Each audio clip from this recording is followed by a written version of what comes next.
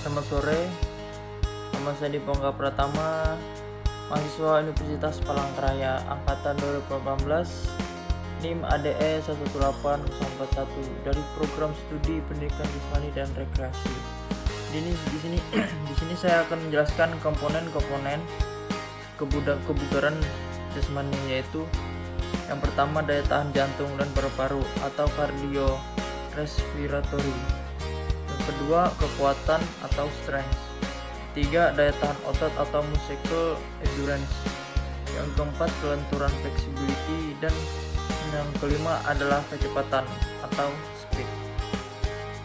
Baiklah, mari saksikan penjelasan saya dan video gerakannya sebagai berikut. Terima kasih. Yang pertama adalah fartlek atau speed play. Adalah sebuah program latihan endurance yang dimaksud untuk membentuk, mengembalikan dan memelihara kondisi tubuh seseorang. Program latihan daya tahan jantung dan paru-paru menggunakan fartlek ini sangat baik untuk semua cabang olahraga apa saja yang memerlukan daya tahan. Program fartlek ini dirancang oleh Gösta Holmer dari negara Swedia. Fartlek jikalau diterjemahkan adalah bermain-main dengan kecepatan, yang artinya latihan fartlek adalah latihan lari dengan kecepatan yang berubah-ubah. Latihan fartlek sebaiknya dilakukan di alam secara terbuka seperti di perbukitan, tanah luas yang berpasir, semak rawa berlukar, selokan-selokan untuk dilompati, padang rumput dan sebagainya. Contoh latihan fartlek dengan lokasi di daerah perbukitan. Pertama, pemanasan dengan lari 5 sampai 10 menit. Yang kedua, lari cepat secara konsisten meliputi jarak 1 sampai 1,5 km. Yang ketiga, jalan cepat selama 5 sampai 7 menit. Kemudian, interval training adalah suatu sistem latihan yang diselingi oleh interval-interval yang berupa adanya masa istirahat. Jadi dalam sesi latihan interval training ini seseorang melakukan latihan. Contohnya seperti naik turun tangga.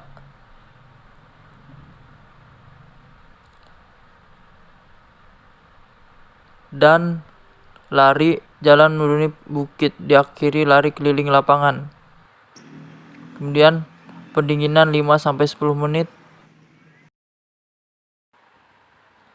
Yang kedua adalah B atau kekuatan, atau bisa disebut dengan strength. Kekuatan yaitu kemampuan otot seseorang terhadap suatu beban yang telah dirasakan.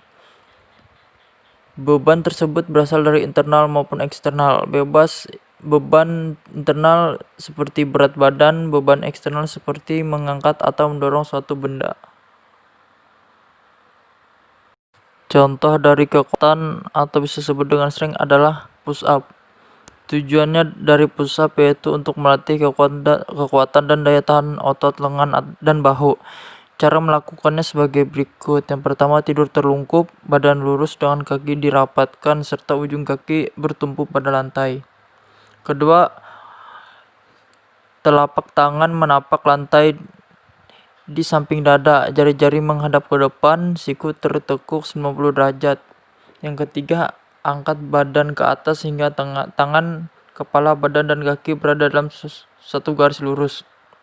Yang keempat, badan diturunkan kembali dengan cara menekuk lengan, sementara posisi kepala, badan, dan kaki tetap lurus, tidak menyentuh lantai. Yang kelima, ketika menurunkan tubuh bersamaan membuang napas, lakukan berulang-ulang sampai merasa tidak kuat. Yang keenam, lakukan secara berulang-ulang dan sesuai dengan kemampuan. Contoh kedua dari kekuatan adalah backup. Tujuan dari gerakan backup yaitu untuk melatih kekuatan dan daya tahan otot punggung. Cara melakukannya sebagai berikut. Yang pertama, tidur secara terlungkup. Kedua kaki rapat lurus ke belakang. Ketiga, kedua jari-jari tangan saling memegang dan diletakkan di belakang kepala. Yang keempat, angkat badan ke atas sampai posisi dada dan perut tidak lagi menyentuh lantai. Yang kelima, badan diturunkan kembali ke sikap awal. Yang keenam, gerakan ini dilakukan secara berulang-ulang selama 30 detik atau semampunya. C. Daya tahan otot. Daya tahan otot atau bisa disebut dengan muscle endurance adalah kemampuan otot seseorang untuk melakukan suatu gerakan atau aktivitas secara terus-menerus dalam waktu yang lama dengan dalam tempo sedang sampai cepat tanpa merasa kelelahan atau sakit yang berarti. Contoh dari daya tahan otot atau bisa disebut dengan muscle endurance adalah mengangkat 2 dumbbell. Seseorang mengangkat beban dumbbell dengan berat 8-10 kg selama beberapa menit tanpa henti, maka bisa dikatakan seseorang tersebut memiliki daya tahan otot, khususnya kekuatan otot lengan yang baik. Atau misalkan seseorang berlari dengan naik turun tangga selama beberapa waktu tanpa merasakan sakit atau kelelahan yang berarti, maka bisa dikatakan bahwa seseorang tersebut memiliki kekuatan otot kaki yang baik. Selain itu juga bisa dengan melakukan gerakan latihan leg press untuk melatih otot kaki dan paha selama beberapa menit dalam sehari. Yang keempat, kelenturan atau bisa disebut dengan flexibility. Sering diartikan oleh masyarakat umum sebagai kemampuan seseorang untuk menggerakkan tubuh dengan seluas-luas mungkin tanpa mengalami cedera pada persendian dan otot-otot di sekitar persendian. Contoh dari gerakan kelenturan atau flexibility adalah tripos. Gerakan tripos merupakan salah satu gerakan dari yoga. Cara gerakan tripos ini sangat sederhana sehingga dapat dilakukan dimanapun dan kapanpun. Berikut langkah-langkah yang harus dilakukan. Yang pertama, berdiri di atas matras dengan posisi kedua kaki Anda rapat. Kedua, kemudian angkat kaki kanan dan tekuk hingga telapak kaki kanan menempel di bagian dalam paha kiri, seperti membentuk angka 4. Yang ketiga, angkat kedua tangan lalu tangkupkan di depan dada. Yang keempat, tahan posisi tripos ini selama kurang lebih 15 detik. Yang kelima, lakukan gerakan ini sambil mengatur napas. Contoh kedua dari flexibility atau kelenturan adalah hip flexor atau quad stretch. Hip flexor atau squat stretch memiliki fungsi untuk meregangkan otot-otot diantaranya otot pinggul, quads, dan hamstrings. Ada beberapa langkah-langkah untuk melakukan hip flexor atau quad stretch adalah sebagai berikut. Yang pertama, berlutut di lantai, kemudian tekuk kedua lutut hingga tulang kering menyentuh di atas lantai. Yang kedua, posisikan kaki kanan atau kiri ke depan sehingga posisi lutut menekuk 90 derajat. Ketiga, jejakkan telapak kaki kanan sejajar di bawah lutut kanan.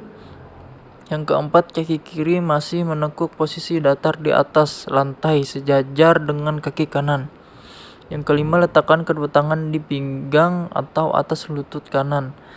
Yang keenam, tekan pinggul ke depan. Yang ketujuh, bersandar untuk peregangan sambil menjaga agar tubuh atas tetap tegak. Yang kedelapan, tahan posisi ini selama 30 detik. Yang kesembilan, lepaskan kemudian ulangi gerakan tersebut beberapa kali. Yang ke-10, setelah ini ganti kaki dan ulangi lagi dari awal. Yang kelima adalah kecepatan atau speed. Adalah waktu yang dibutuhkan tubuh seseorang dalam melakukan suatu aktivitas fisik sesuai dengan kemampuan yang dilakukan dengan secepat-cepatnya. Dengan kemampuan kecepatan dalam tubuh seseorang dapat ditingkatkan dengan melakukan aktivitas latihan rutin dan terprogram. Contoh dari komponen kelima kecepatan atau speed adalah sprint atau lari. adalah suatu aktivitas berlari seseorang yang dilakukan dengan kecepatan secara maksimal dalam jarak tempuh yang pendek serta jangka waktu yang sangat singkat. Secara alamiahnya bahwa manusia dapat melakukan lari secara maksimal dengan waktu antara 25 sampai 40 detik. Saat ini perlombaan sprint terbagi menjadi 3 kategori, yaitu yang pertama nomor lari 100 meter, yang kedua nomor lari 200 meter, yang ketiga nomor lari 400. Contoh kedua adalah naik turun tangga. Naik turun tangga caranya sebagai berikut. Yang pertama, lakukan naik turun tangga secara bertahap satu per satu. 2. Dilarang melalui 2 anak tangga secara langsung. Yang ketiga, lakukan secara berulang-ulang selama 3-4 menit. Yang keempat, berhenti sejenak apabila dirasa lelah. Yang kelima, lakukan sesuai dengan kemampuan sendiri-sendiri.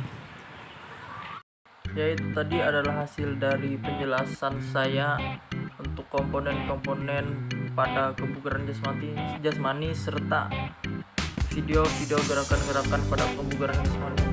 Sekian dari video saya. Terima kasih. UPR Jaya Raya.